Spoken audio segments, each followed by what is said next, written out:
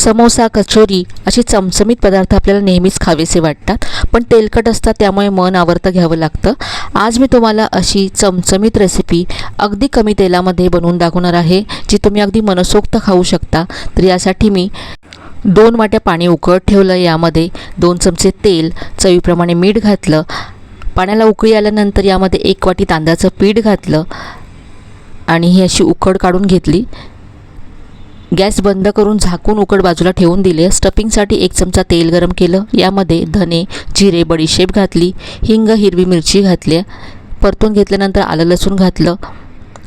यामध्ये आता कांदा घालायचा आहे, चवीप्रमाणे मीठ घालायचं आहे. कांदा ब्राऊन झाल्यानंतर यामध्ये शिजवून कुस्करून घेतलेले बटाटे घातले. घरातलेच नेहमीचे मसाले यामध्ये घातलेत. याबरोबरच आमचूर पावडर घातली आणि थोडीशी साखर घातली. स्टफिंग तयार झालं आहे. बारीक चिरलेली कोथिंबीर घातली आहे. स्टफिंग थंड होण्यासाठी बाजूला ठेवून दिलं आहे. उकड सॉफ्ट होईपर्यंत मळून घेतली.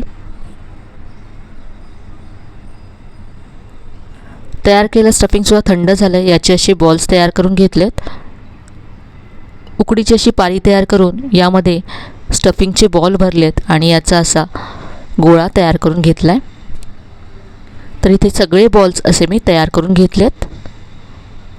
हे बॉल्स डीप फ्राय न करता अप्पे पॅनमध्ये आपण अगदी कमी तेलामध्ये सगळीकडून फिरवून असे एकसारखे भाजून घेणार आहोत. पाहू शकता किती मस्त असा रंग आला आहे आणि वरून अगदी क्रिस्पी होतात, चमचमीत होतात आणि तुम्ही अगदी मनसोक्त हे खाऊ शकता, कारण यामध्ये खूपच कमी तेल आपण वापरले आहे.